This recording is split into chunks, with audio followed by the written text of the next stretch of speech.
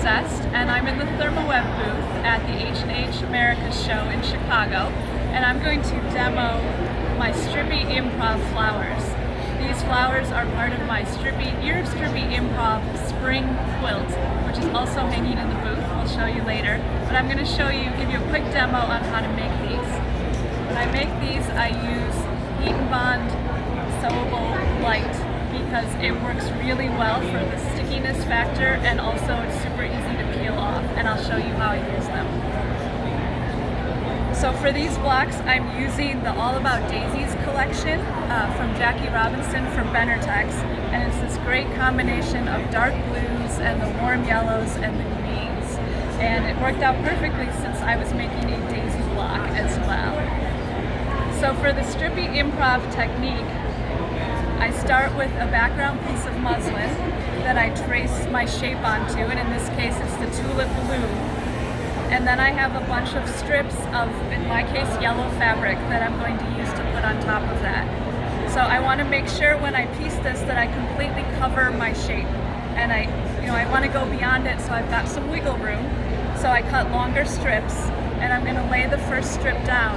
And it's called Strippy Improv because I angle the strips, which gives me a bit of an improv look throughout the block. And I've chosen 3 different yellows to use so that up close you see all the different fabrics, but from far away it just reads as a yellow tulip. So I'm going to lay the first strip down, making sure that it more than covers that bottom of the tulip, and then lay the second strip on top, right sides together like that. And I'm just going to sew with a 1/4-inch seam allowance down those 2 strips. And I've got a bunch of little step outs since I don't actually have a sewing machine here. So this one I've stitched. So then I'm going to press that open, and I start with a finger press. And I'm going to use my little mini Lisa iron here to press that strip open.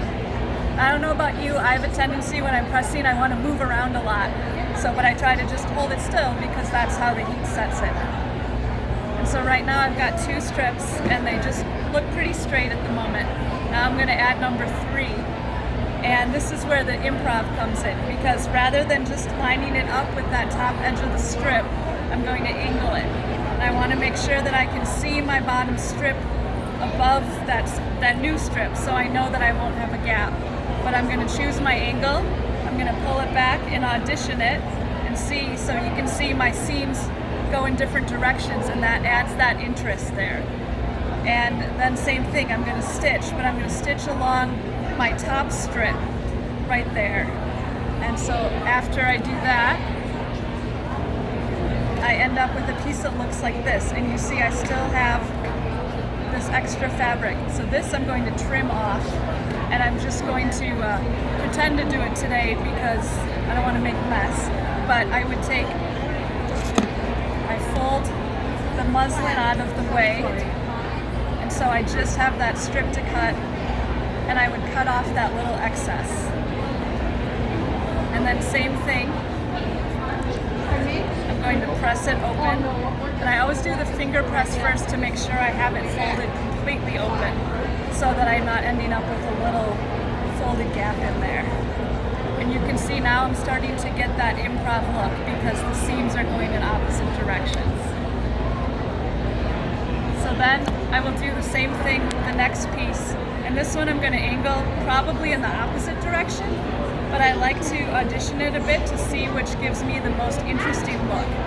So if I angle it that way, then again I'm just going to stitch right sides together along the edge of that top piece using a 1/4-inch seam allowance.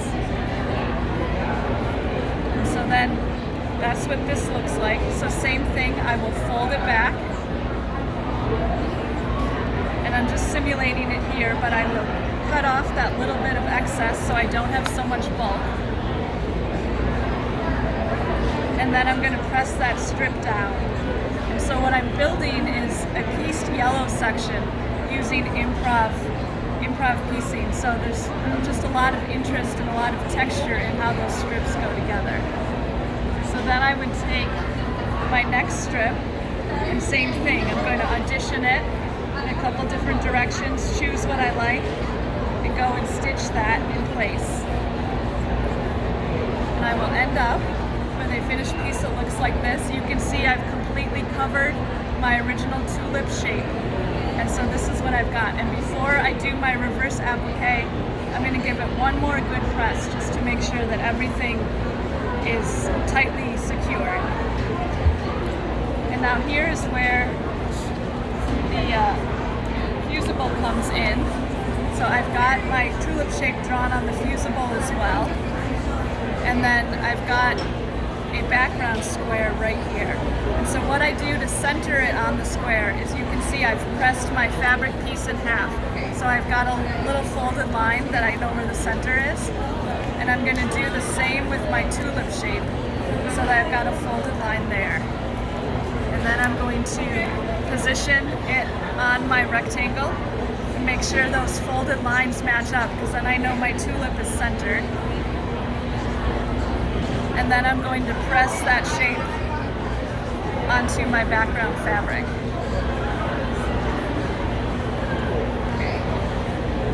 Alright, so I can keep the video going. I'm going to move to the one that I already cut out.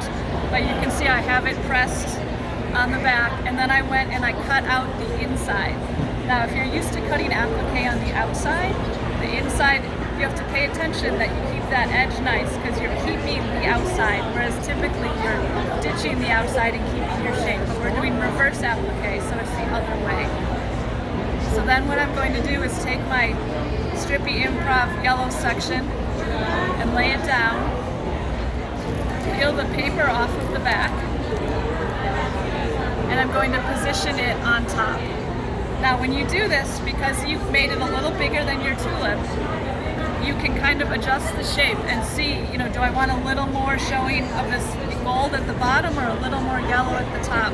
But find your optimum position there, go back and forth as well. And then I'm going to press this to get it to secure. So with these blocks, I use a combination of reverse applique and traditional applique. So if you look, while I press this, at this block, the reverse applique is on the top, and then the leaves and the stems are done with traditional applique. So once this is secured in place, I've traced my stems and my leaf onto the back and fused it onto the back of green fabric, and I'm going to cut it out.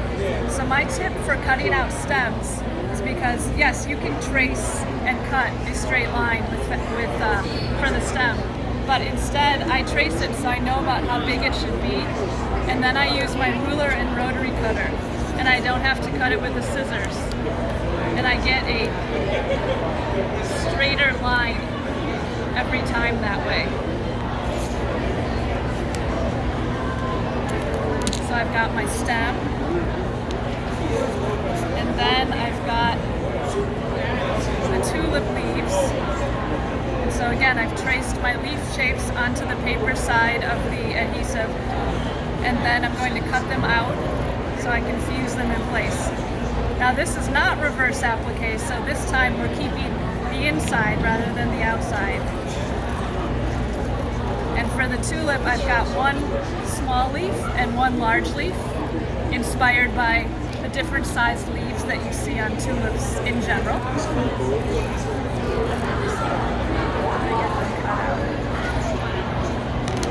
So, and then my next step is to pull off the paper. And this is what brought me to Thermoweb in the first place when I started using it, because it's super easy to pull the layers apart without shredding your fabric. That's my favorite part of it. So because I still have that folded line on my blue background, I can put my stem right on that line. And I'm going to leave a little gap. And then I'm going to place my leaves on either side. So the short leaf goes closer to the tulip, and the bottom leaf goes further away. And then I'm just going to press these leaves in place. And then after I'm done pressing the leaf in place, what I will do is a zigzag stitch around all of the applique.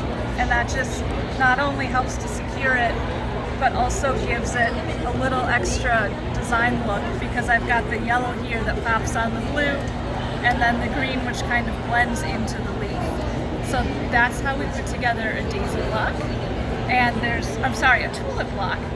And in my pattern I've got 2 of the tulip blocks and 1 of the daisy blocks. And my original version was kind of in some jewel tones and some plums, but I'm really loving this blue and gold version. It's just very, very summery. So I can't wait to get this finished into a quilt, which then I will show on my Instagram and probably on ThermWebs as well. But you can find me at Quilty Zest. So thanks so much for watching this tutorial.